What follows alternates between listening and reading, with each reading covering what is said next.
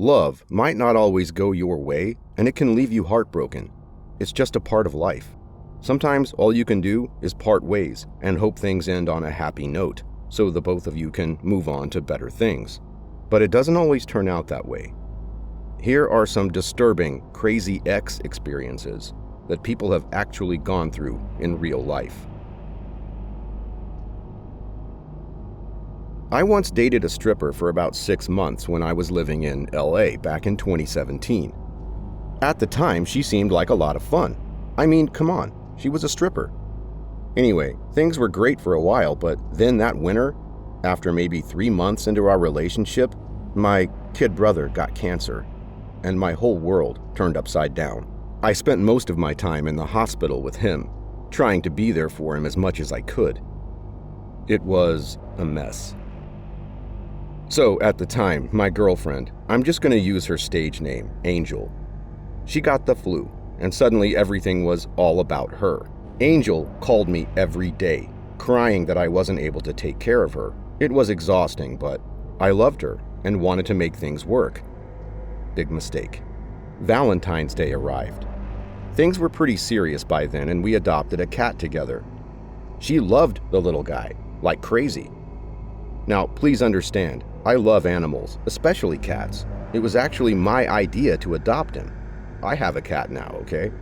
Anyway, one day Angel was leaving to go to work and asked me to feed him when I got home. When I came back from visiting my brother, I was so exhausted that I decided to take a quick nap on the couch. I forgot to feed the cat. The next thing I knew, I was having this crazy nightmare that I was being stabbed with a fork. And then I woke up, and I was actually being stabbed in the back.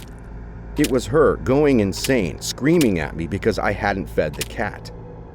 I got up and tried to run out of the apartment, but she was chasing me, holding that fork like a knife. I was about to get away, but then she threw her stripper heel at me and hit me right in the back of the head. I literally saw stars, and then everything went dark.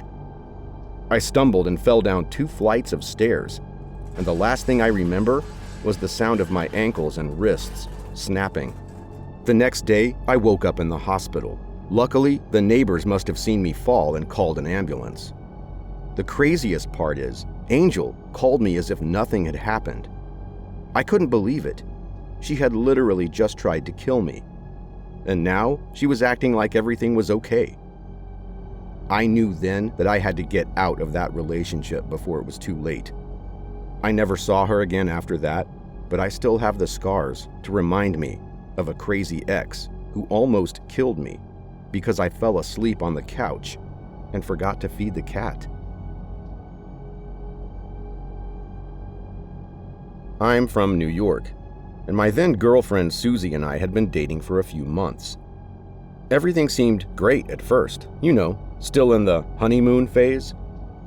But then Susie started getting possessive and jealous, accusing me of cheating on her all the time. This totally came out of left field since I would never think of cheating on my partner.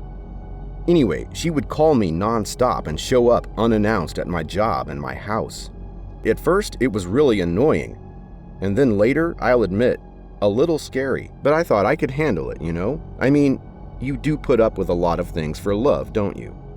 So I tried my best to reassure her that I would never do that to her, and I thought it might have actually been working, until one night I came home from work and found my apartment completely trashed. Susie had broken in and destroyed everything. My TV, my computer, even my bed. But that wasn't the worst part. She left a note on my pillow, written in what looked like blood. It said, "You're mine forever." What the hell had I gotten myself into? I was terrified, and I didn't know what to do. I tried to break up with her, but she wouldn't listen. She kept saying that we were meant to be together and that she would do anything to make me stay.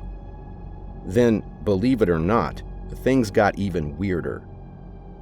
I would wake up in the middle of the night to find her standing over me, just staring at me with these cold, dead eyes. But she wasn't there.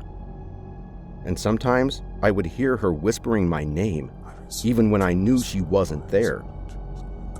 It was like she was in my head.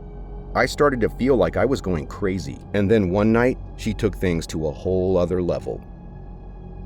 I woke up to find her sitting on top of me, holding a knife to my throat. She was smiling, but it wasn't a happy smile. It was like she was enjoying this. And then she started to whisper in my ear, telling me all the things she was going to do to me. I couldn't move. I couldn't scream. I couldn't do anything. She must have put something in my dinner, or maybe I was just literally paralyzed with fear or something, because when I say I couldn't move, I mean I genuinely could not move. And on top of that, she had me tied down to the bed. I thought, this is it. It's over. About half an hour went by, and this crazy woman was still asleep on top of me with a knife in her hand. I was slowly starting to regain some strength and movement in my body, so I saw this as an opportunity to escape. I did manage to break free. I pushed her off of me and ran out of the apartment as fast as I could, and I didn't stop until I was at the police station, telling them everything. They actually took me seriously, and they went to arrest her, but when they got to my apartment, she was already dead. She had taken her own life and left a note that said, "If I can't have you, no one can." I can't begin to describe what I was feeling at that time.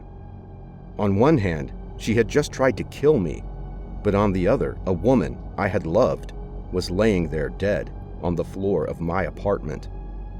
It's taken me a long time to get better and stop remembering her.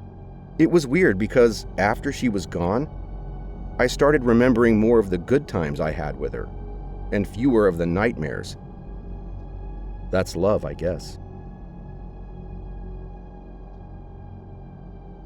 We've all heard about crazy exes on TV and in the movies, but I never thought I'd actually experience it.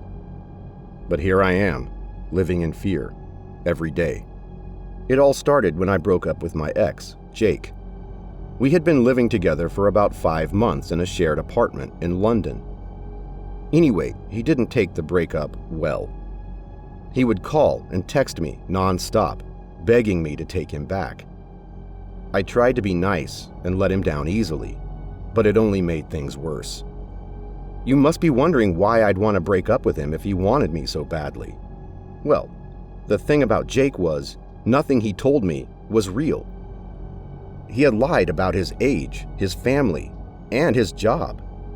I only found out because one day when he was at work, I was cleaning up and found out the truth. I knew there was no way I would stay with a compulsive liar, so I broke up with him and moved out and got my own place. Now we're all caught up. In the following weeks, Alex started showing up at my house unannounced every so often. I'd hear a knock on the door and my heart would sink, knowing it was him. He'd leave notes on my car and send me flowers at work. At first, in some sort of twisted way, I thought it was kind of sweet. But eventually, it just became creepy. I started to see him everywhere I went. I'd be out with friends and I'd catch a glimpse of him in the crowd. I'd see his car parked down the street from my house. It was like he was always watching me. One day, I came home to find my front door unlocked. This was strange because I knew I had locked it when I left that morning. I walked through the house checking every room and found nothing out of place. But I knew he had been there. I could feel it somehow. And things only escalated from there. He started leaving me threatening messages and showing up at my job. I was constantly looking over my shoulder, afraid that he would be there. I couldn't sleep at night, knowing that he could be outside my window. I finally went to the police and filed a restraining order. I felt so helpless and alone, but with the restraining order, at least I felt a little peace. It's been months since I've seen him, but he's left me with a lot of trauma. Every time my phone rings or I hear a knock at the door, I panic. I'm afraid to leave my house at night, and I'm constantly looking over my shoulder. What if it's him? What if today's the day and he's finally had enough? I don't know what to do. I'm terrified. It's like being haunted by the ghost of someone who's still alive. If you thought these stories were scary, then make sure you watch this next video here if you really want to be scared.